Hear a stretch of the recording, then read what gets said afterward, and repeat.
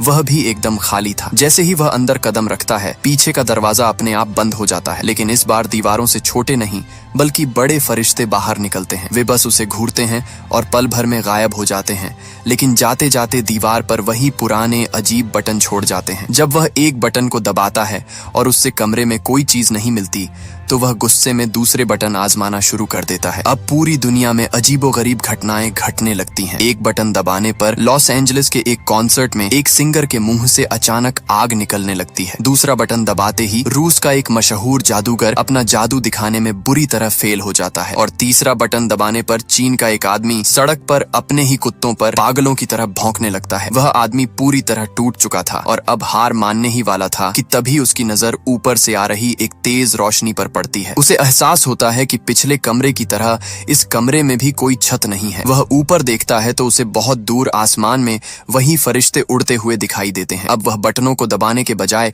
उन्हें पकड़कर दीवार पर चढ़ना शुरू कर देता है। जैसे जैसे वह ऊपर चढ़ता है, धरती पर अद्भुत चमत्कार होने लगते हैं। कहीं फूल खिलने लगते हैं तो कहीं अचानक एक हाथी की मौत हो जाती है। वह जितना ऊपर जाता, उसके बटन छूने का असर उतना ही बड़ा होता जाता। अब सिर्फ कुदरत ही नहीं बल्कि इंसानों की जिंदगी पर भी उसका सीधा असर पड़ रहा था। कभी किसी के घर में रखा टोस्टर अपने आप चलने लगता, तो कभी इंसान चांद पर कदम रख देता। जब तक वह दीवार के सबसे ऊपरी हिस्से पर पहुंचता है तो उसके बाल और दाढ़ी बहुत लंबे हो चुके थे। अब उसे दीवार पकड़ने की जरूरत ही नहीं थी, क्योंकि अब वह भी फरिश्तों की तरह हवा में तैर सकता था। जैसे जैसे वह ऊपर पहुंचता है,